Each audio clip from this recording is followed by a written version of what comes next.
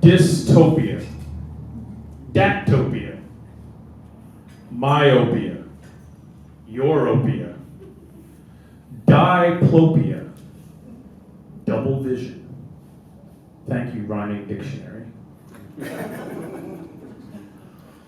All I wanted to do was say hello to my friend Stefan. It was the early 1980s on the campus of the University of Minnesota in Morris, Minnesota, a very small city in the middle of the proverbial nowhere of west central Minnesota, where I spent 5 years making believe I was a college student.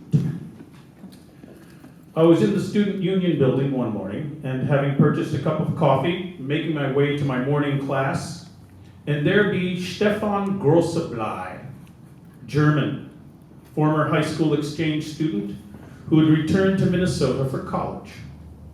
He had become a then new acquaintance/friend, and as we approached each other, I inquired, "Hey Stefan, how's it going?" He paused and sternly replied, "Do you even really care how it is going with me, or are you just making stupid American small talk?" Pause. He proceeded on his way. Yes and yes. Glad I asked. All I wanted to do was jury duty, my civic duty. I flattered myself, and still do, thinking that were I on trial, I would want someone like me in the jury box. Rational, able to listen to both sides, innocent until proven otherwise. The courthouse was about 6 blocks from my then apartment, about a 10-minute walk. I had spent part of one day at said courthouse a few years before for jury duty, and had been sent home then after just a couple of hours as the case had been dismissed. So this time I knew to bring something to read, and was glad to have done so, as I spent the day waiting for my juror number to be called. Did not happen. Eventually walked home, did things, eventually went to sleep, woke up next day, made coffee, ate toasted English muffin with plenty of salted butter and extra sharp cheddar cheese, showered, dressed, walked to courthouse. Waited. Finally, juror number called in mid-afternoon. I was still experiencing the mild, intoxicating effect of flattering myself as an ideal juror when I was questioned by both the prosecution and defense attorneys, one of whom asked, "Mr. Connor, it says here that you sometimes work bartending until 2:30, sometimes 3 o'clock in the morning. Would this hinder your ability to make it to the courthouse on time in the morning?" To which I replied that, despite being somewhat inconvenient, it would not prevent me from satisfactorily performing my civic duty as a juror. And the very moment those words, or something like them, came out of my mouth, I instantaneously realized the total nightmare scenario of being chosen as a juror, inducing a half-second brain panic rhetorical question spasm. "Ty, what are you even thinking? Are you insane? Seriously, what are you doing?" When the judge intervened. "Well, Mr. Connor, oftentimes once a trial starts, it will not begin session until 9:30, sometimes 10 o'clock. But I had seen the light. Well, Your Honor, you get off work at 5. I'm sure you don't go to bed at 6. Pause. Excellent point. Juror dismissed. I managed to make my way from the courtroom through the courthouse back out into the world without pumping my fist in the air or patting myself on the back. A few weeks later, I received a check from the county, about $4, my memory serves me correctly, for the mileage expenses I had incurred for the 24 total blocks I had walked in order to perform my civic duty. Kind of. Juror dismissed. Pathos, bathos, you do the mathos. All I wanted to do was sit in the sun at a table outside a coffee shop on a beautiful afternoon and write, when a crow alighted on or upon the corner street lamp and cawed.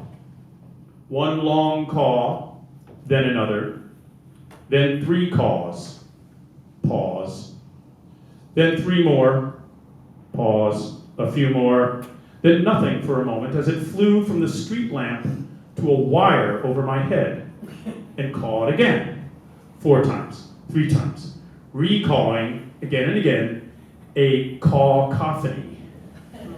And there was nothing for me to do but sit in front of my open notebook, pen in hand, as though acting out a charade of someone poised to write down a thought, or idea, or observation.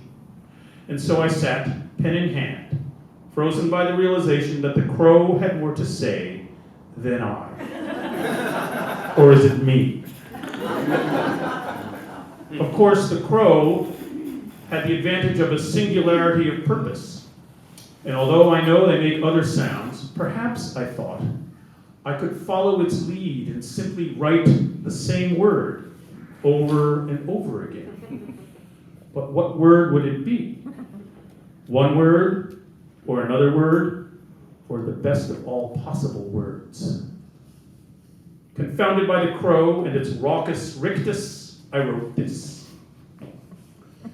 We deserve each other, all of us, most of the time. Everybody loves a parade, unless you don't care about parades and have suffered the indignity of being awoken at 7:30 on a Saturday morning by a pre-parade assembly of marching band and drum majorettes right in front of your house. Don't even get me going about leaf blowers. A herd of crows, a flock of fish, a school of deer, a murder of men. It's just the frogs coming home to roost. Caw, caw, caw.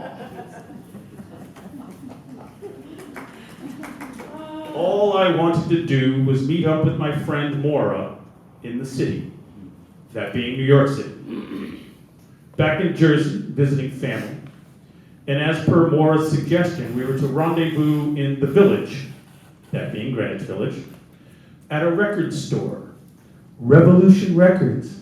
It's on Bleecker Street, she had told me, at 5:30 that afternoon. So I busted into the city, hopped on the subway, disembarked in the Village, made my way to Bleecker Street with plenty of time to spare. I hate being late. And walked many blocks up and down said Bleecker Street, up again, back down again, both sides of the street, and did not see a Revolution Records. This being pre-Ty owning a cell phone, remember, no cell phones? Hallelujah. I could not Google map my way to the store. So in my quandary, I decided to walk into a different record store there on Bleecker Street to politely inquire as to the location of Revolution Records. As I walked through the door, the gentleman behind the counter looked up, and we made eye contact for a brief moment. He then returned his attention to the sandwich I saw he was eating, and the paper I saw he was reading spread out on the counter behind which he sat. I get it. Pause. So I approached, and he looked up again, and I inquired. Excuse me, a friend of mine told me to meet her at Revolution Records. She said it was here on Bleecker Street. I've walked quite a few blocks up and down Bleecker Street, but I'm not seeing it. Could you tell me where I might find this Revolution Records? Pause. Saying nothing, he looked back down at his paper, took a bite of his sandwich, chewed said bite, turned a page of his paper, picked up a napkin and dabbed at the corners of his mouth, whilst I stood there waiting. The lame brain, who had walked into a record store in New York City, and without even browsing nor buying anything, had asked the guy behind the counter, who was in the middle of eating a sandwich, directions to a different record store. Pause. I just stood there. He finished his mouthful of sandwich, and without looking up, gestured with his finger. 2 blocks down, 1 block over. I thanked him and exited the store with my chin firmly affixed to my chest. I walked the 2 blocks down and 1 block over, and there was Revolution Records. Because I don't wear a watch and did not have a cell phone, remember, I did not know the time, and due to my lame brain-induced befuddlement in the other record store, I had forgotten to ask the time. So, pause. Did I want to walk around a bit more, or just go into the correct record store and browse until Maura showed up? And as I stood contemplating, a swank town car pulled into the parking space that had magically appeared right next to where I was standing. And a dapper 60-ish gentleman exited the car. He had expertly parallel parked. Walked around the front of the car where I was standing, and I seized the moment. "Excuse me, sir, but I do not wear a watch. Would you happen to know the time?" He stopped, pulled up his jacket cuff, looked at his watch, and asked, "What time do you want it to be?" "I want it to be 5:30. 5:30? You've got 8 minutes. I decided to try clever. 8 minutes? It's like a lifetime. What the hell am I supposed to do for 8 minutes? He looked up and told me. Walk slowly. Drink a lot of water. And turned and walked away. As did I. I still do.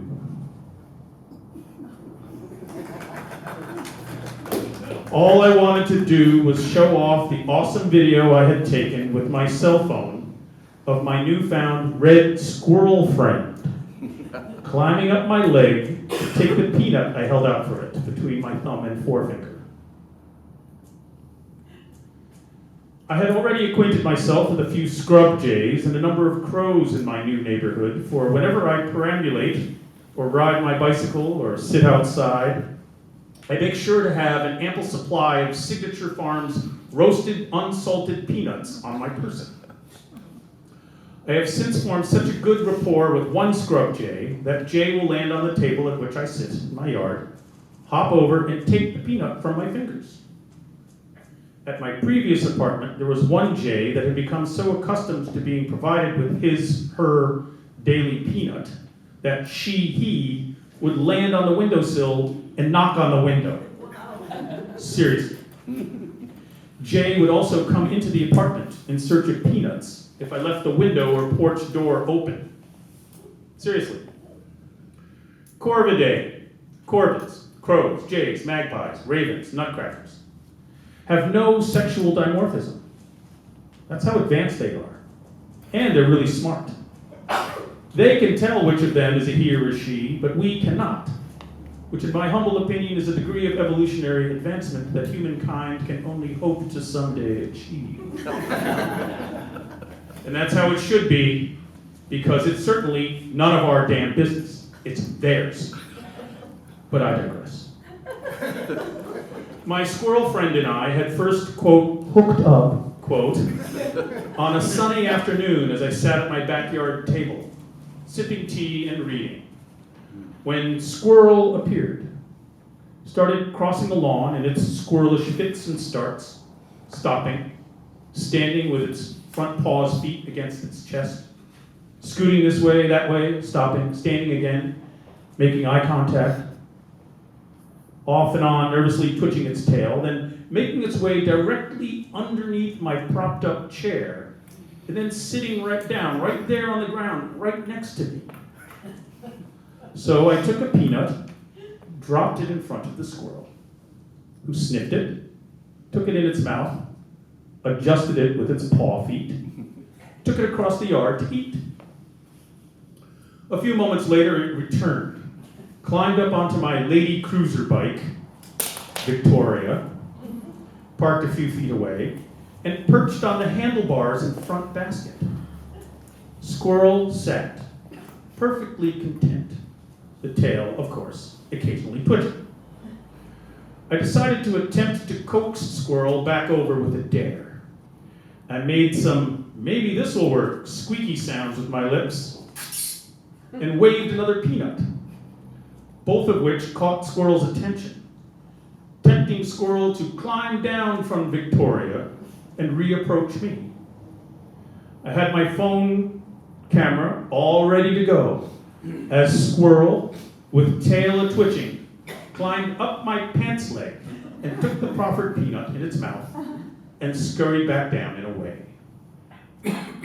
When I texted the 11-second video to my 4 sisters on the East Coast, one was very concerned. Ty, it's a rat with a big tail. What were you thinking? So, over the next few days, I achieved a great deal of pleasure watching people react when I showed them my squirrel friend bonding. Now, I had embarked on one of my regular afternoon perambulations and had gone a couple of blocks before crossing paths with a couple with whom I had been acquainted for many years and with whom I now shared the neighborhood. We exchanged pleasantries, and I told them that I had made a new neighborhood friend. I took out my phone and brought up the video. And after watching it for a few seconds, the yin half of the couple put up her hand and turned away in disgust. No, that's a red squirrel. They're an invasive species. As I turned off my phone and put it back in my pocket, she continued. Gray squirrels are native. Red squirrels, no, invasive. Actually, I trap red squirrels. I eat red squirrels. Yang half chimed in. It does taste a lot like chicken. Yeah, she continued. I have a bunch of them skinned and ready to go in my freezer. If you're ever interested, let me know and I'll take a few out and have you over for some squirrel. Okay. Yep. That's what I get for showing off. Me and my invasive species. At least I don't own a car. Okay? All I wanted to do was eat a toasted bagel with plenty of salted butter and cream cheese, of course. Now, the arrangement was simple. He would leave the country and spend 3 months in Nepal. I would tend the, quote, garden, quote, he had set up in his attic. He would return and do the harvest thing and eventually pay me my share of the crop earnings. For my part, I knew to be both diligent and discreet, fully aware of the consequences of both not taking proper care of said garden and perhaps somehow being found out. My friendship with this crop sharer was, shall we say, challenged by significant differences in our personalities, one of which can be perfectly illustrated by a conversation we had about literature. I don't read fiction, he stated. Don't? I asked. Why not? Well, he said, it's not true. It's fiction. Okay. At the time, I was living just a few blocks from his house. Our garden, his house / our garden. So the arrangement was both practical and convenient and would result in a nice payout. And yes, this was 20 plus years ago, and yes, he and I are no longer friends, and yes, that's another story. So, it was a fine afternoon, and I had done the watering, and it was time to reward myself with a delicious toasted everything bagel. Delicious any time of day or night.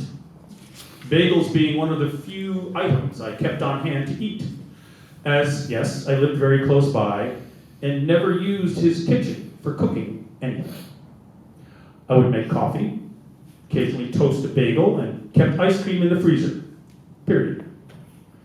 So I cut one fat bagel in half and coerced the halves into the toaster, pushed them down, and opened the fridge to get out the butter, and damn it, I'd forgotten to buy cream cheese on my way over earlier.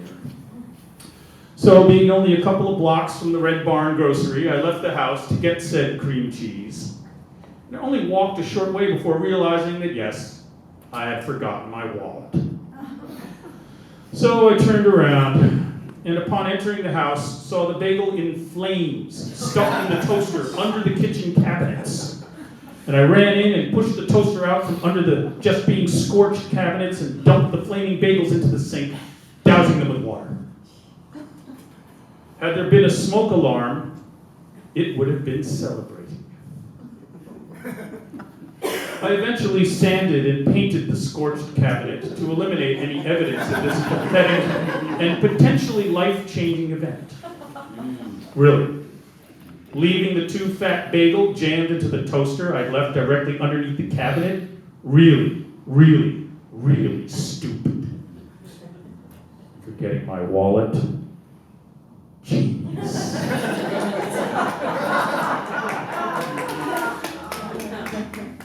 Poetry or poet shrub? Depends upon my mood. All I wanted to do was write a haiku. 5, 7, 5. And done. If only.